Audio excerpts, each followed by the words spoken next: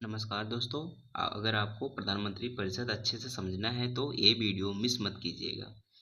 आज हम 40 एमसीक्यूज करेंगे जो आपकी परीक्षा में सीधे पूछे जाएंगे। तो चलिए शुरू करते हैं हम प्रश्नों को। प्रधानमंत्री और मंत्रिपरिषद की पूरी कहानी एग्जाम के लिए 100% पूछा जाएगा। तो चलिए शुरू करते हैं। देखते हैं प्रधानमंत्री कौन होता है। देखते हैं, बेसिक से समझते हैं हम। भारत में प्रधानमंत्री देश का कार्यपालिका प्रमुख होता है। राष्ट्रपति भारत का संवैधानिक प्रमुख है, लेकिन असली शक्ति प्रधानमंत्री के पास होती है। तो प्रधानमंत्री मंत्रिपरिषद का नेता होता है और राष्ट्रपति के सभी कार्य उसी के सलाह से होते हैं। तो चलिए अगला देखते हैं। प्रधानमंत्री की नियुक्ति कौन करता है। देखते हैं, राष्ट्रपति उस नेता को प्रधानमंत्री नियुक्त करता है जो लोकसभा में बहुमत प्राप्त पार्टी के का नेता होता है। यदि किसी को स्पष्ट बहुमत नहीं मिलता है तो राष्ट्रपति बड़े गठबंधन के नेता को प्रधानमंत्री बना सकता है।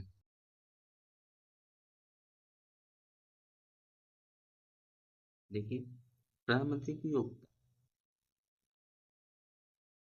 भारत का नागरिक होना चाहिए, लोकसभा या राज्यसभा का सदस्य होना चाहिए। देखते हैं, यदि मंत्री बनने के समय सांसद नहीं है तो 6 महीने के भीतर सांसद बनना जरूरी है। चलिए अगला प्रश्न देखते हैं। देखिए मेन क्या है, प्रधानमंत्री के मुख्य कार्य क्या क्या होते हैं समझते हैं। मंत्रियों की नियुक्ति में राष्ट्रपति को सलाह देना, मंत्री मंत्रिपरिषद की बैठक बुलाना और उसकी अध्यक्षता करना, मंत्रिपरिषद के काम में समन्वय बनाना, राष्ट्रपति को सभी फैसलों की जानकारी देना, सरकार की नीतियों को संसद में प्रस्तुत करना। देखते हैं अगला टॉपिक, मंत्रिपरिषद, काउंसिल ऑफ मिनिस्टर। देखिए, मंत्रिपरिषद, भारत में मंत्रिपरिषद 3 भागों में बटी होती है। तो देखिए, पहला है कैबिनेट मंत्री, सबसे वरिष्ठ मंत्री जो बड़े विभाग विभाग में देखते हैं।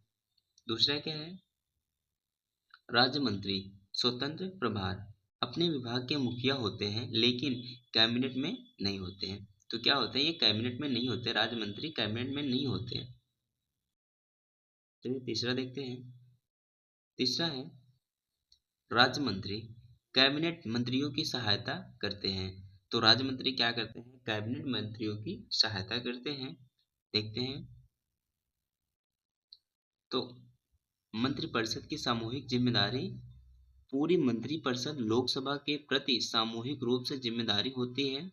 यदि लोकसभा में अविश्वास प्रस्ताव पास हो जाए तो पूरी मंत्रिपरिषद को इस्तीफा देना होता है।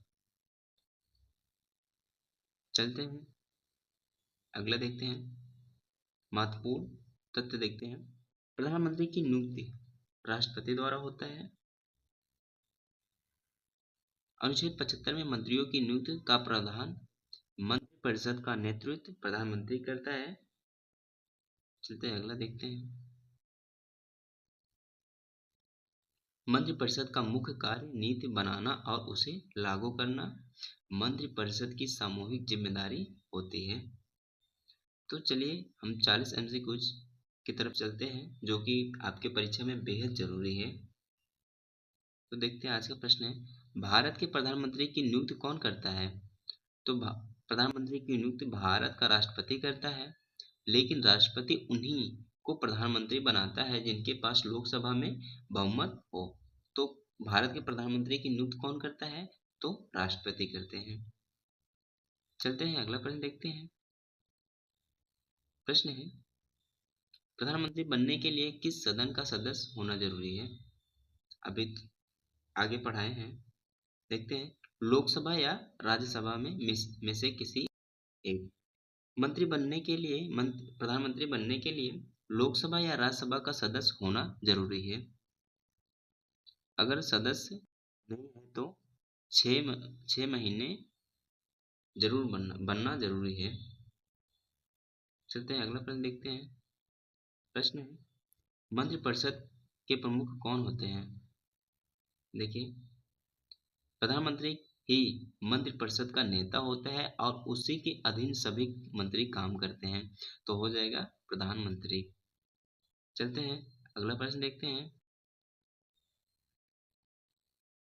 सामूहिक जिम्मेदारी का मतलब क्या है? देखिए, अगर मंत्रिपरिषद से गलती होती है तो पूरी परिषद जिम्मेदारी मानी जाती है, ना कि कोई एक मंत्रिपरिषद। तो क्या हो जाएगा, मंत्रिपरिषद लोकसभा के प्रति जिम्मेदार होती है।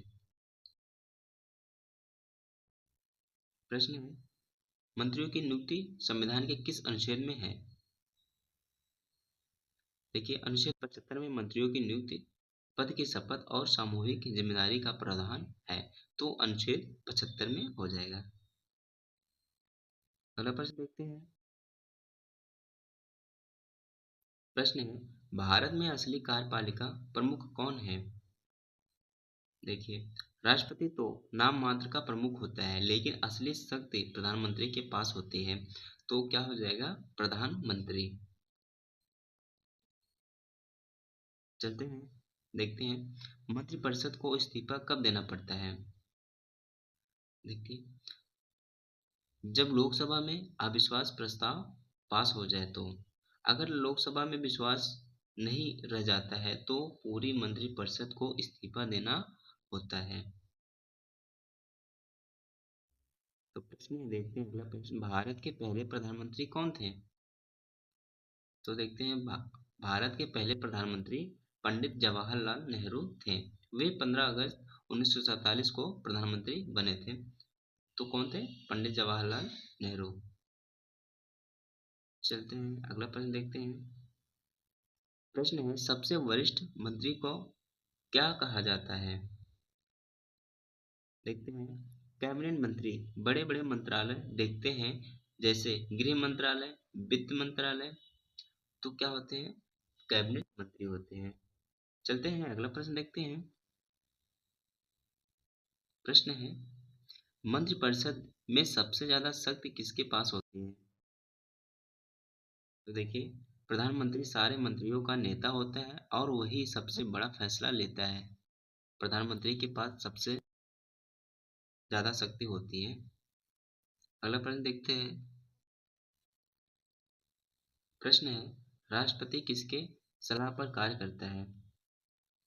देखिए, राष्ट्रपति खुद से कोई फैसला नहीं ले सकता, उसे मंत्रिपरिषद की सलाह माननी होती है। तो किसकी? प्रधानमंत्री और मंत्रिपरिषद की सलाह माननी पड़ती है राष्ट्रपति को। चलते हैं अगला प्रश्न देखते हैं। प्रश्न है, राज्य मंत्री किसकी सहायता करती है करते हैं? देखते हैं, राज्य मंत्री छोटे मंत्रालयों का काम देखते हैं या फिर किसी बड़े मंत्री की मदद करते हैं, तो ये कौन करता है? कैबिनेट मंत्री। चलते हैं अगला प्रश्न देखते हैं। प्रश्न है, राज्य मंत्री स्वतंत्र प्रभार क्या होते हैं? तो स्वतंत्र प्रभार वाले मंत्री को कैबिनेट मंत्री की जरूरत नहीं होती है, वे खुद फैसले ले लेते हैं। जो खुद अपने विभाग के प्रमुख होते हैं वो राज्य मंत्री स्वतंत्र प्रभाव होते हैं। चलते हैं अगला प्रश्न देखते हैं।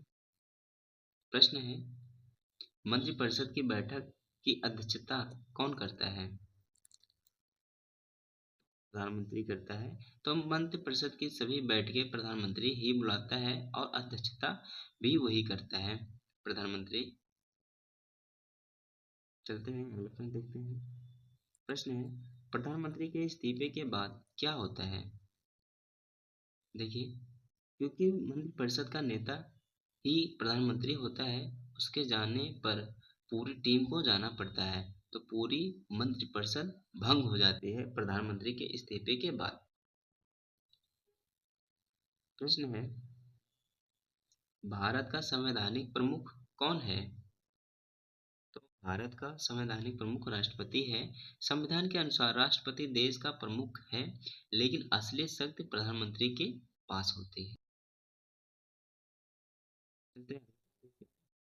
प्रश्न है, असली कार्यपालिका प्रमुख कौन है? तो देखिए, प्रधानमंत्री। असल में सरकार चलाने का काम प्रधानमंत्री करता है। चलते हैं अगले प्रश्नों की तरफ।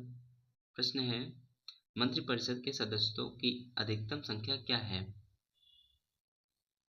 तो संसदों सदस्यों का अधिकतम संख्या 15% है।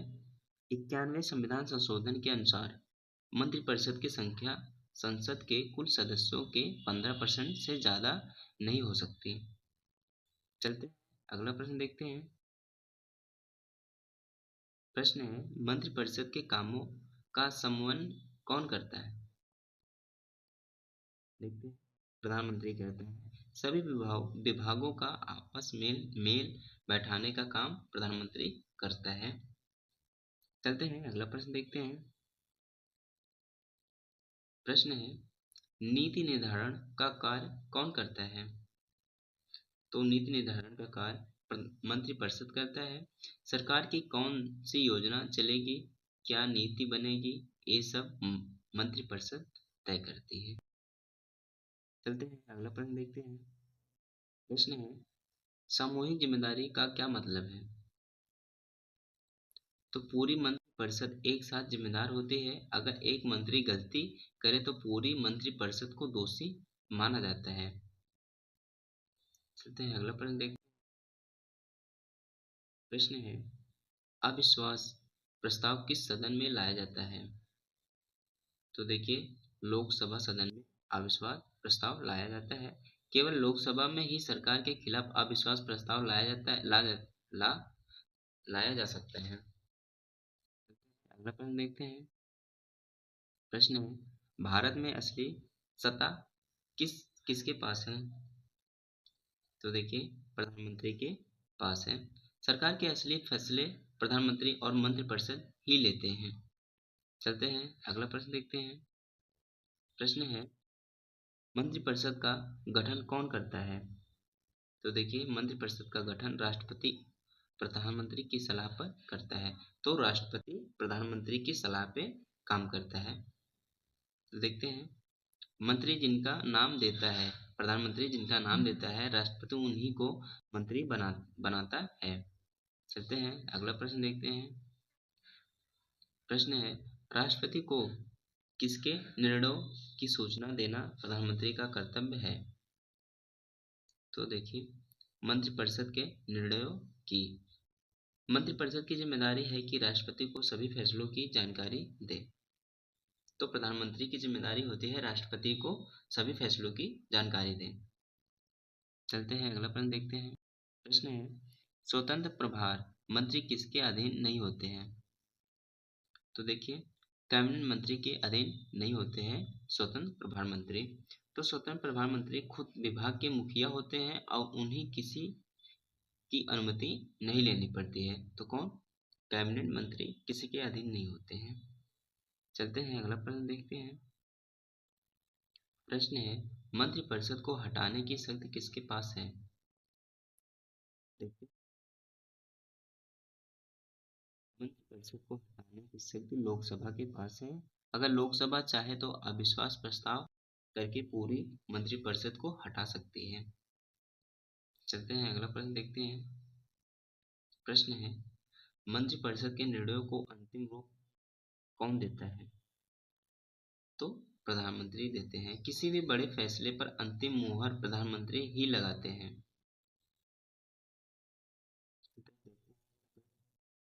मंत्रिपरिषद का मुख्य कर्तव्य क्या है? तो नीति बनाना और लागू करना। मंत्रिपरिषद देश की नीतियां तय करती है और उसे जमीन पर लागू भी करती है। चलते हैं 30वां प्रश्न देखते हैं। प्रश्न है, मंत्रिपरिषद के सदस्य राष्ट्रपति के समक्ष क्या करते हैं? तो राष्ट्रपति के समक्ष शपथ ग्रहण करते हैं। बनने से पहले सभी लोग राष्ट्रपति के सामने शपथ लेते हैं। प्रश्न है, कौन सा पद नाम मात्र का प्रमुख कहलाता है? तो देखिए, राष्ट्रपति। राष्ट्रपति सिर्फ संविधान के अनुसार काम करता है। असली शक्ति मंत्रिपरिषद के पास होती है। चलते हैं अगला प्रश्न देखते हैं। प्रश्न है, मंत्रिपरिषद के सदस्यों का कार्यकाल कितना होता है? तो लोकसभा के विश्वास पर निर्भर, जब तक लोकसभा का समर्थन है मंत्रिपरिषद बनी रहेगी, समर्थन हटते ही मंत्रिपरिषद भंग हो जाएगी। चलते हैं अगला प्रश्न देखते हैं। कौन निर्णय करता है कि कौन सा विभाग किस मंत्री को मिलेगा? तो यह निर्णय करते हैं प्रधानमंत्री। प्रधानमंत्री ही तय करते हैं कि किस मंत्री को कौन सा विभाग मिलेगा। चलते हैं अगला प्रश्न देखते हैं। प्रश्न है, मंत्री बनने के लिए जरूरी शर्तें क्या हैं?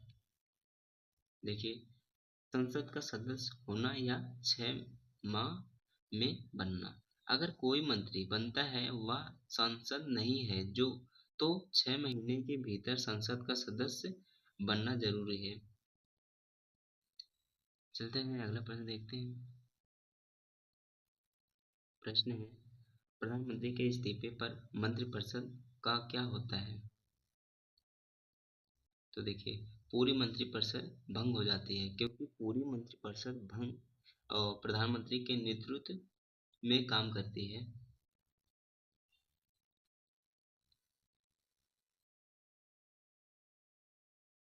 प्रश्न है, मंत्रिपरिषद की सामूहिक जिम्मेदारी किस अनुच्छेद में है? तो देखिए, अनुच्छेद 75(3). अनुच्छेद 75(3) में मंत्रिपरिषद की सामूहिक जिम्मेदारी का प्रावधान है। चलते हैं अगला प्रश्न देखते हैं। प्रश्न है, मंत्रिपरिषद का गठन किसके आदेश से होता है? तो मंत्रिपरिषद का गठन राष्ट्रपति के आदेश से होता है। राष्ट्रपति मंत्रिपरिषद का गठन करता है, लेकिन प्रधानमंत्री की सलाह पर। चलते हैं अगला प्रश्न देखते हैं। प्रश्न है, मंत्रिपरिषद की बैठक बुलाने का अधिकार किसके पास है? तो प्रधानमंत्री के पास है। प्रधानमंत्री ही बैठक बुलाता है और उससे उस बैठक में फैसला होता है। अगला प्रश्न देखते हैं। प्रश्न है, संविधान में मंत्रिपरिषद की व्यवस्था कहाँ दी गई है? देखिए, अनुच्छेद 74 और 75 में दी गई है संविधान में मंत्रिपरिषद की व्यवस्था। तो इन दोनों अनुच्छेदों में मंत्रिपरिषद की व्यवस्था दी गई है। चलते हैं लास्ट प्रश्न देखते हैं। प्रश्न है, प्रधानमंत्री के पास कौन सी शक्ति होती है? लास्ट प्रश्न है, नीति निर्धारण, विभाग बांटना, समन्वय करना। प्रधानमंत्री ही तय करता है कि सरकार क्या नीति अपनाएगी और कौन सा मंत्री कौन सा विभाग देखेगा। तो चलिए देखते हैं दोस्तों। तो दोस्तों, आपको 40 एमसीक्यूज पूरे हो गए। अगर वीडियो अच्छा लगा हो तो लाइक कीजिएगा और अपने दोस्तों के साथ शेयर कीजिएगा, और कमेंट में बताइए अगला वीडियो किस टॉपिक पर चाहिए। तो मिलते हैं अगले वीडियो में, तब तक के लिए धन्यवाद।